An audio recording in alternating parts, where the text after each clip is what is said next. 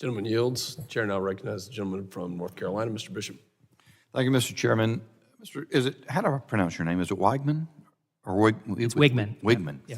Mr. Wigman, I want to bore into this just a little bit more. So, and some of the questions have indicated and the answers indicate you got to be careful about revealing specific technological things. But I noted one thing when you were testifying, you said that the reason you need expanded authorities, I believe I got this right, is that the effective technologies to deal with this could violate laws on intercepting aircraft in flight and intercepting transmissions.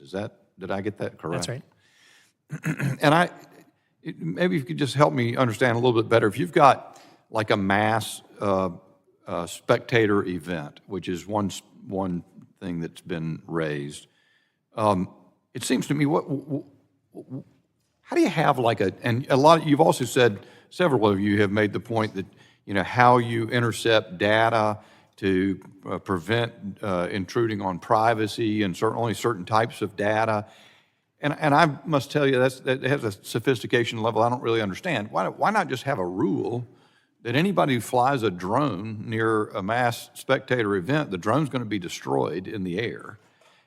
Is that something that it'd be hard to do? And then why do you need to intercept data in order to do that? If the object is there, destroy it. So it's a good question.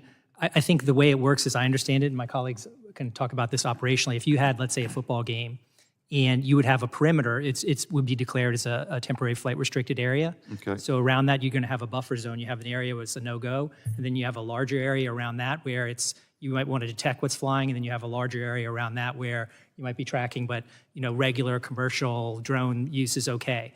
And so as they're getting closer and closer to the facility, you're detecting originally the signals to see what is that drone. You're trying to identify the drone. Oh, is that a UPS? Is that like a long distance radar or something like that? Exactly. Heads-up So radar is that a UPS drone that's just delivering a package somewhere? Let it go on its way. Is it getting closer into the zone where you're going to have to do something against it? So it's kind of a calibrated thing, and as you get closer and closer, then that's where you take the opportunity to use the technology to jam it.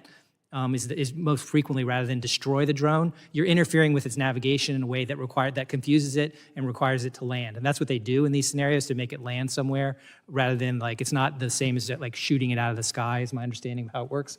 You're instead using electronic things to bring it down. So that's essentially how it works.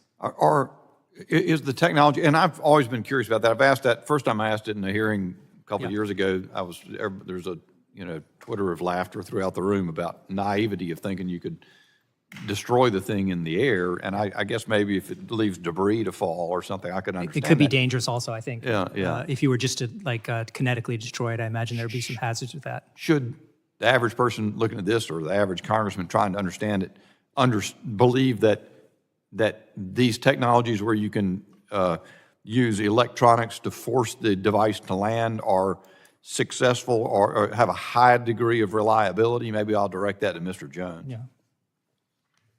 So there's also non-destructive kinetic capabilities. So one thing from a law enforcement perspective we have to remember is that if we can capture a drone, there's a forensic capability that allows us to glean information.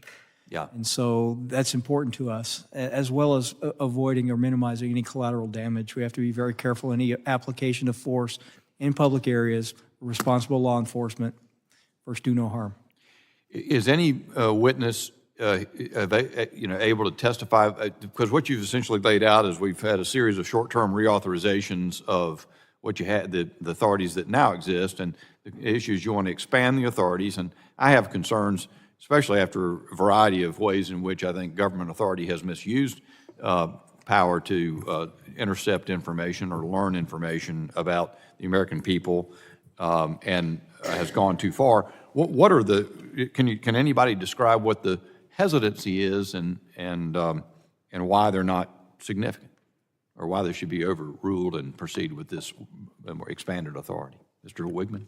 Hesitancy in adopting the expanded authority, or? Yeah. Well, that's kind of hard for us to answer because we support expanding the authority. I understand. I think that it's important to recognize when you talk about intercepting signals and so forth, as I mentioned in my opening statement, as Assistant Director Wheeler just mentioned, the types of signals that we're getting are the same types of information that is actually required to be broadcast and that anyone can pick up with a drone, today as the FAA's rules. So we're not talking, there is I guess, a privacy interest, but it's the same type of information that we're now requiring, and it's a new regulation, but requiring drones to broadcast so that anyone can pick up, because it's really just about the communications between the drone and the controller, so that we can figure out where is that person, what's the registration, what's the model, how do we deal with it. So I think the privacy interest is limited. My time has expired. Thank you very much. I yield back.